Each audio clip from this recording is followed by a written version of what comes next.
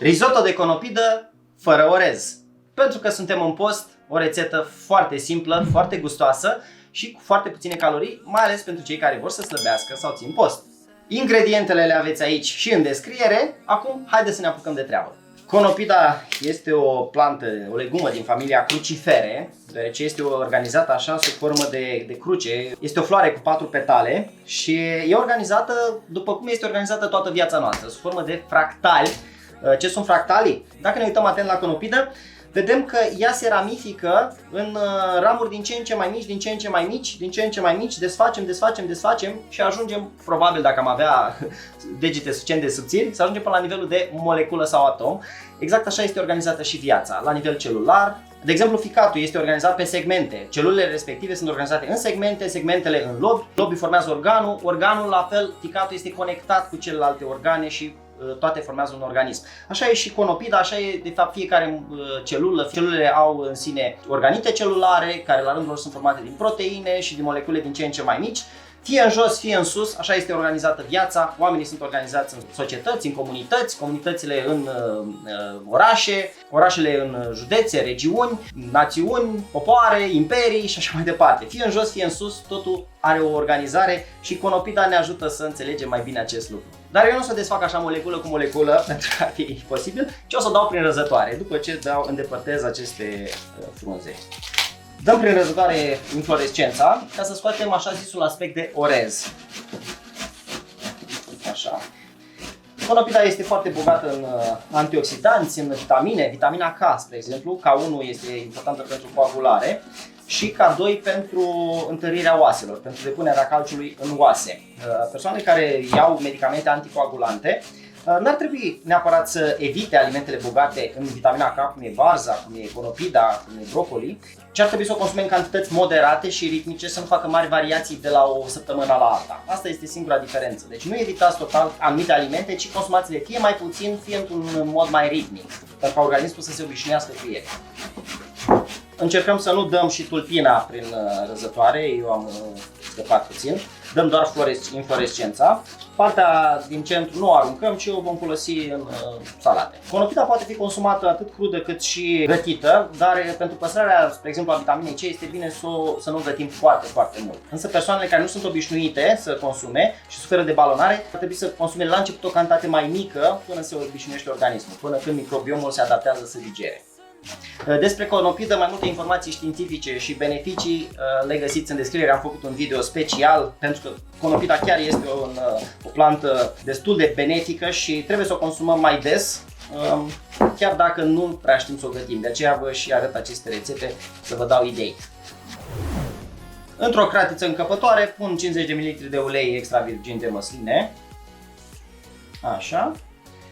Voi știți că îmi place să folosesc foarte mult ulei de măsline, are numeroase studii în ceea ce privește beneficiul asupra aparatului cardiovascular, pentru că conține acizi grași mononesaturați, care sunt mai rezistenți la gătire decât cei polinesaturați și sunt mai benefici pentru inimă. 5 căței de usturoi tocați mărunt, cu ajutorul lui șef Paul Constantin. E un ajutor de nădejde și mă inspiră foarte mult. Urmăriți-l pe canalul lui. 2 frunzulițe de dafin, amestec puțin.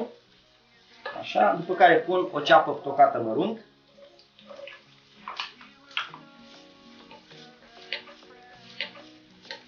Și las totul la gătit undeva la 1 minut, 1 minut și jumătate, să se caramelizeze așa ușor. Acel caramel este o legătură dintre carbohidrați și proteine și dă acel gust foarte bun. Bineînțeles că în doze mari, acele substanțe nu sunt chiar benefice pentru sănătate, dar noi trebuie să facem un echilibru între gustos și sănătos.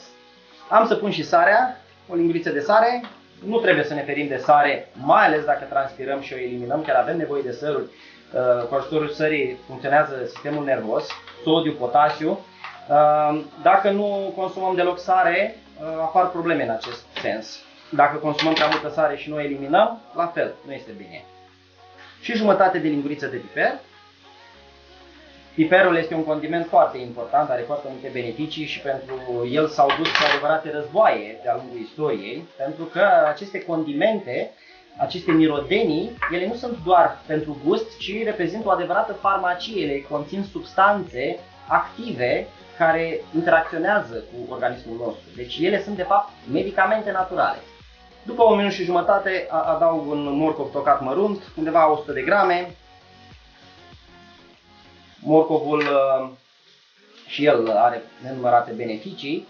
Se spune că alimentele, după cum arată, sunt bune pentru anumite organe cu care seamănă. Morcovul, de exemplu, dacă îl tăiem orizontal, vedem că seamănă cu ochiul și, drept dovadă, conține caroten, care e bun pentru vedere. Și circulă aceste informații pe internet, că țelina apiu e bună pentru oase, că are formă de os, că roșia este bună pentru inimă, care are 4 camere. Și mulți au în derâdere lucrurile astea, dar dacă ne gândim la fenomenul fractalilor pe care vi l-am arătat mai devreme, vedem că toată natura asta este construită după niște șabloane și există niște pattern-uri care seamănă între ele. Deci lucrurile seamănă între ele și probabil există o legătură în asta, nu e doar o întâmplare. Acum voi pune și 50 de grame de boabe de porumb, congelat sau la conservă, cum doriți. Ideea este că dacă luați la conservă, să vă uitați pe etichetă să nu aibă adaos de zahăr. Da, arată foarte bine ce văd eu aici, va ieși un risotto extraordinar, fără orez. Drept urmare, voi mai adăuga o culoare, mazăre congelată, pentru că îmi place foarte mult. Șef Paul Constantin mi-a spus să folosesc întotdeauna mazăre congelată și nu la fiartă la borcan. Prin congelare, mai ales dacă au fost congelate repede după cules, își păstrează într-o proporție mai mare beneficiile. Las totul încă vreo 2 minute să comunice moleculele între ele, să comunice legumele între ele, să se împrietenească și să-și transfere energia una alteia. După care voi adăuga și vedeta noastră de astăzi, conopida. Și acum a venit momentul să adaug conopida. Conopida are foarte multe beneficii, este bună și pentru reglarea nivelului de testosteron. Deci bărbații care vor mai mult testosteron, e bine să consume alimente crucifere, cum e conopida, brocoli, varza. De asemenea, conopida și celelalte crucifere au un rol anticancerigen. S-a dovedit asta în numeroase studii.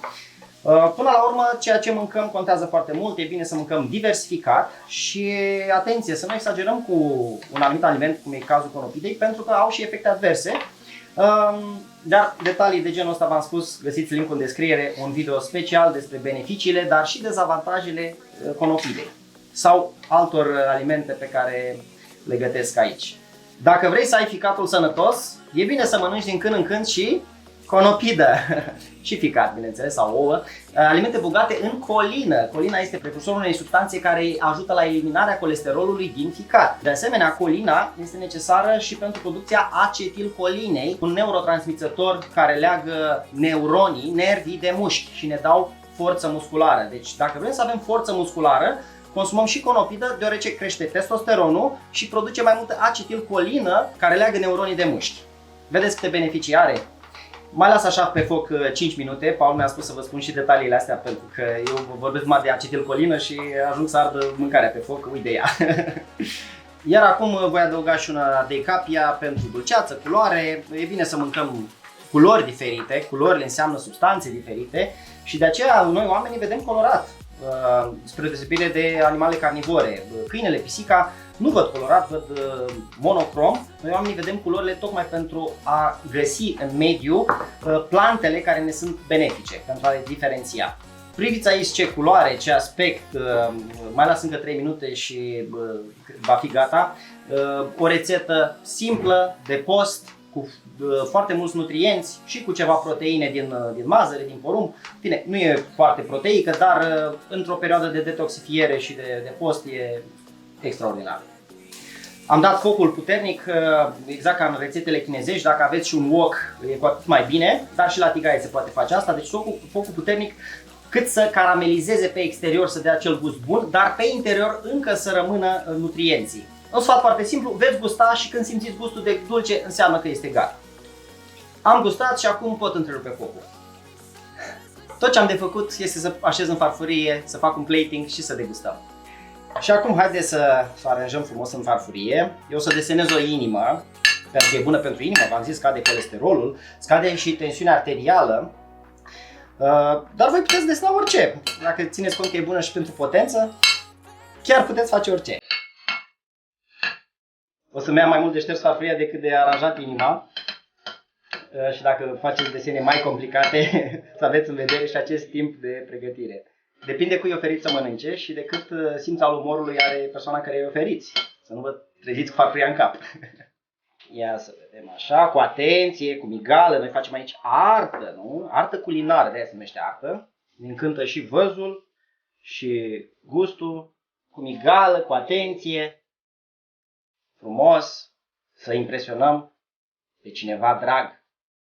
Bine, la dușmani nu le dăm mâncarea asta pentru că le face foarte bine. Deci asta dăm doar celor dragi și iubiți, cărora le dorim sănătate. Bine, și dușmanilor trebuie să le dorim sănătate. Bine, n-ar trebui să avem dușmani. Inima asta îmi să o mănânc eu zic că ajunge, dar dacă sunteți mai perfecționiști, puteți lucra și cu diverse ustensile de aranjat, în fine. Pe mine mă interesează să fie simplu, să fie gustos, să fie sănătos și asta prezint în cadrul acestui proiect educațional. Și acum momentul adevărului, să vedem ce a ieșit. Wow! Nici nu vă puteți imagina cât de bună poate fi conopida. Mai ales gătită în felul ăsta. Arome, gust, culoare, sănătate și puține calorii. Are potasiu care ajută la creșterea musculară, adică din când în când trebuie să mâncăm și legume, nu doar